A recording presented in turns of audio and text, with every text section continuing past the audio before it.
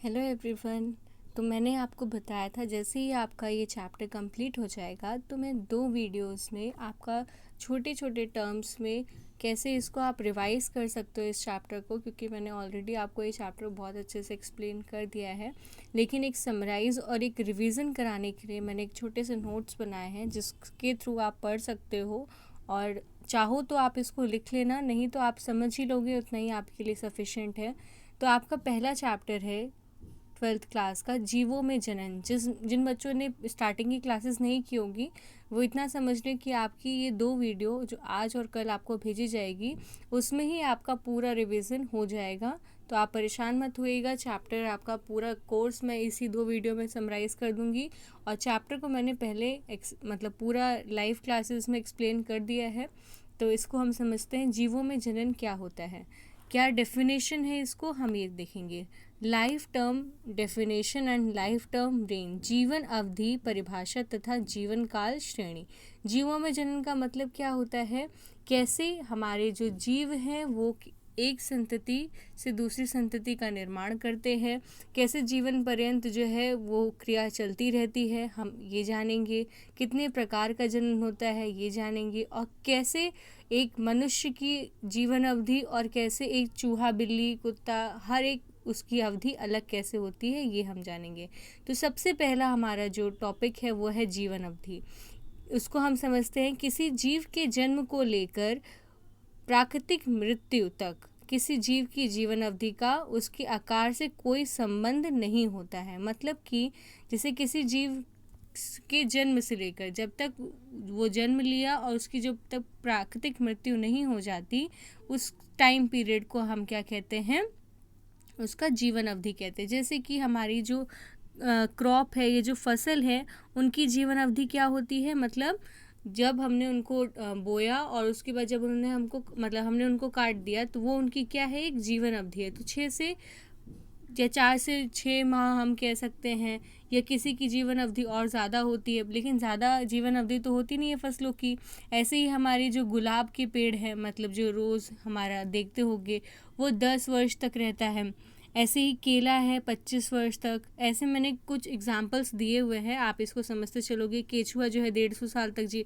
प्राकृतिक मृत्यु समझ रहे हो, मतलब उसको कोई ना बीमारी हुई ना उसको किसी ने मारा, वो हमारी कहलाती है प्राकृतिक मृत्यु। अगर हम ये कहें कि प्राकृतिक मृत्यु तो कुछ अलग चीज़ है, तो वो नहीं। प्राकृतिक मृत्यु का मतलब है, आप कल को आप किसी को मार डालो और कहो कि मैम ये तो ज़िंदा रहना चाहिए था, 150 साल आपने बोला था, ये कैसे मर गया। तो प्राकृतिक मृत्यु का मतलब ही यही होता है कि कोई भी उसको हानि ना पहुंची हो, कोई भी उसको बीमारी ना हो। अगर इसी बीच में उसको कोई बीमारी हो जाती है, या फिर जैसे हम फसलों को जला दें, चाहे वो उसकी प्राकृतिक जो अवधि है, जो जीवन अवधि है, वो कितना है, 4 से 6 महीना है, लेकिन अगर हम उनको जला देते हैं या उन्हें पानी नहीं डालते तो वो सूख जाएंगी, सिंचाई नहीं करेंगे तो सूख ही जाएंगी ना। तो वो उनकी प्राकृतिक मृत्यु का मतलब होता है। उससे ज़्यादा अगर वो जीवित रहती हैं तो एक तो संभव नहीं है उससे ज़्यादा जीवित रहना, और दूसरी चीज़ उतने ही एज तक वो रह पाएंगी। मैक्सिमम एज उनकी उतनी ही होती है, और मिनिमम कम वर्ष में भी वो ख़त्म हो सकते हैं। जैसे तोता की 150 वर्ष होती है लेकिन उसको बिल्ली खा लेती है, तो अब ये थोड़ी कह सकते हैं कि नहीं वो तो जीवित रहना चाहिए था 150 वर्ष तक। तो ये चीज़ें प्राकृतिक मृत्यु आप समझ गए होंगे। मैंने कुछ एग्जाम्पल्स लिखे हुए हैं, ये PDF आपको मिल जाएगा। आप पढ़ते हैं जनन क्या होता है। जनन कितने प्रकार का होता है। जनन का मतलब है प्रत्येक जीव अपने समान ही नई जीव संतति उत्पन्न करता है।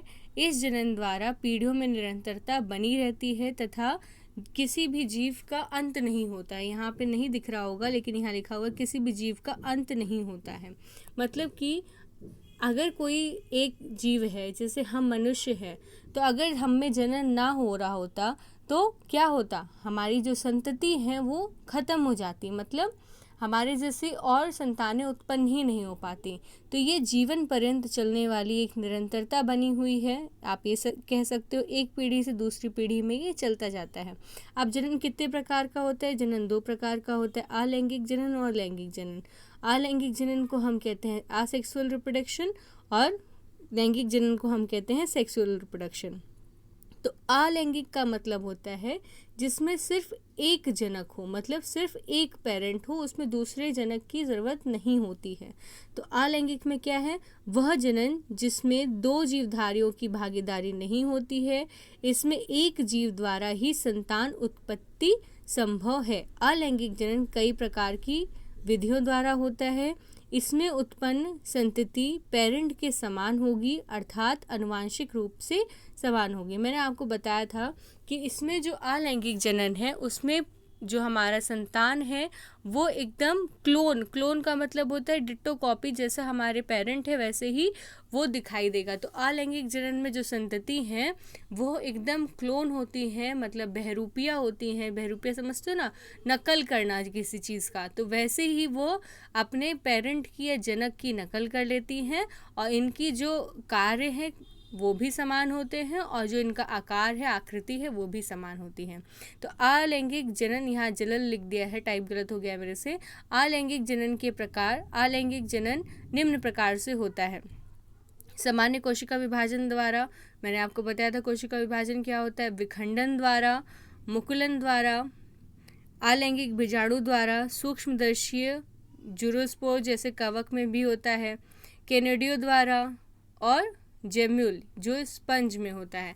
ये कुछ हमारे प्रकार हैं जिनके द्वारा अलैंगिक जनन होता है और इन सबको मैंने डिटेल में आपको पढ़ा दिया है। कोशिका विभाजन कैसे होता है, एक सेल में कैसे एक सेल जो है वो दो सेल्स में टूट जाती है अर्धसूत्री विभाजन द्वारा, है ना, और वो सेल जो है टूट करके नई सेल्स का निर्माण करने लग जाती हैं।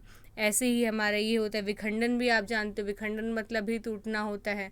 तो कोशिका का विभाजन पहले उसमें केंद्रक टूटता है, उसके बाद फिर उसके साइड वाले पार्ट्स टूटने लग जाते हैं। तो ये हमारा कोशिका विभाजन, विखंडन, ये सब मैंने एक्सप्लेन किया हुआ है। ये आपको केवल रिवीजन कराने के लिए है कि अलैंगिक जनन के कितने प्रकार हैं, आप उनको दोबारा से देख सको, ठीक है। तो plant reproduction definition types and examples, कायिक जनन क्या है, परिभाषा, प्रकार तथा उदाहरण। तो सबसे पहले तो हम ये जानते हैं कि जो हमने पढ़ा है अलैंगिक जनन में, इसमें होता क्या है। अलैंगिक जनन आप समझ गए होंगे कि इसमें सिर्फ एक जनक की आवश्यकता होती है। तो क्या लैंगिक में भी ऐसा ही होता है? नहीं, लैंगिक में हमारे अलैंगिक जब बोला जाएगा तो आप समझ जाना कि केवल एक जनक की आवश्यकता हो रही है। लेकिन अगर आपसे बोला जाता है लैंगिक, तो इसमें जो है दोनों जीवधारियों की भागीदारी भी होती है और आवश्यकता भी होती है। अगर एक भी हमारा जो जनक है वो नहीं प्रेजेंट होगा तो जनन नहीं हो पाएगा, ठीक है। तो हम पहले समझते हैं कायिक जनन, हम बाद में पढ़ेंगे, कायिक प्रजनन के बारे में हम बाद में पढ़ेंगे। पहले हम लैंगिक जनन के बारे में पढ़ते कि लैंगिक जनन क्या होता है। इसमें दो भिन्न जीवधारियों की भागीदारी आवश्यक होती है, मतलब एक नर होना चाहिए, एक मादा होनी चाहिए। इसमें नर तथा मादा दो भिन्न जीवधारियों के सहयोग या मिलने से संतति का निर्माण होता है, अर्थात ये आनुवंशिक रूप से भिन्न होती हैं, इसमें लैंगिक जनन होता है। तो इसमें क्या होता है, इसमें जो हमारे जो दोनों नर और मादा हैं उनका होना आवश्यक है। इसमें आकार भी जैसे हमारे पेरेंट्स हैं तो क्या हम एकदम उनकी डिट्टो कॉपी, कुछ चीज़ें हमारी सिमिलर होंगी लेकिन हम उनकी डिट्टो कॉपी नहीं है। अगर हमारे माता पिता किसान हैं तो हम भी किसान हो, ये ज़रूरी नहीं है। हम भी बहुत ज़्यादा मेहनत करके IAS ऑफिसर भी बन सकते हैं, PCS भी बन सकते हैं, डॉक्टर भी बन सकते हैं, इंजीनियर, कुछ भी हम बन सकते हैं। ज़रूरी नहीं है जो उनके कार्य हों वो हम करें, ऐसा कोई भी ज़रूरी नहीं होता है। अब हम इसके आगे पढ़ेंगे कि अलैंगिक जनन क्या है। आप जानते होंगे कि सबसे पहले क्या होता है, प्रत्येक जीव की जीवन काल में प्रारंभ एक कोशिका से होता है। इसको मैं आपको बता दे रही हूँ कि जो हमारे अलैंगिक जनन के प्रकार हैं इनको मैं बाद में डिटेल में सेकंड वीडियो में बताऊँगी।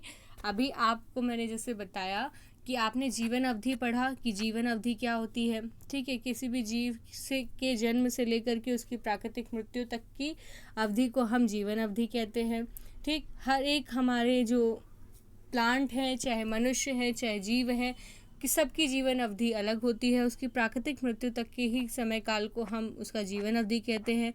और इसमें जनन के बारे में हमने पढ़ा कि जनन दो प्रकार से होता है, एक अलैंगिक होता है, एक लैंगिक होता है, ठीक।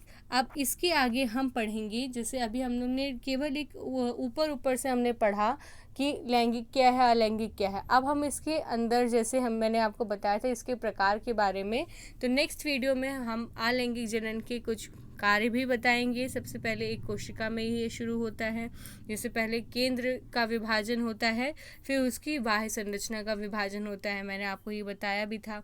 तो इसको आप अपने उससे भी कर सकते हो, और कैसे अलैंगिक जनन के प्रकार हैं उसको मैं आगे बताऊंगी। ठीक है, तो अभी आपके लिए इतना ही, और इसके आगे आप नेक्स्ट वीडियो में पढ़ेंगे। और तब तक के लिए आप जितना आपको मैंने पढ़ाया है उसको अच्छे से पढ़िए, और जो आपको नहीं समझ में आता है इसमें जो टाइपिंग में, क्योंकि हिंदी टाइपिंग थोड़ी सी मुश्किल हो जाती है, तो इसको बनाने में भी टाइम लगता है, मुझे लिखने में भी टाइम लगता है इसमें, और फिर आपको देने में, वीडियो बनाने में भी थोड़ा सा प्रॉब्लम होती है। लेकिन आप भी अगर कोई वर्ड गलत लिखा हुआ है, टाइप गलत हो रहा है इस वीडियो में या पीडीएफ में, तो आप उसको सही करके ही लिखेंगे, क्योंकि मैम बोल तो सही रही है ना, आपको सुनाई तो दे ही रहा है। तो आप उस वीडियो को, जो आपको बोला जा रहा है, ध्यान से सुनिए, और अगर इस वीडियो में कहीं भी कोई लिखी हुई करेक्शन अगर रहती है तो आप उसको अपनी कॉपी में सही करके लिख लेंगे। और अपना ध्यान रखिए, और नेक्स्ट वीडियो आपको आगे के चैप्टर एक्सप्लेन करते हुए मिलेगी।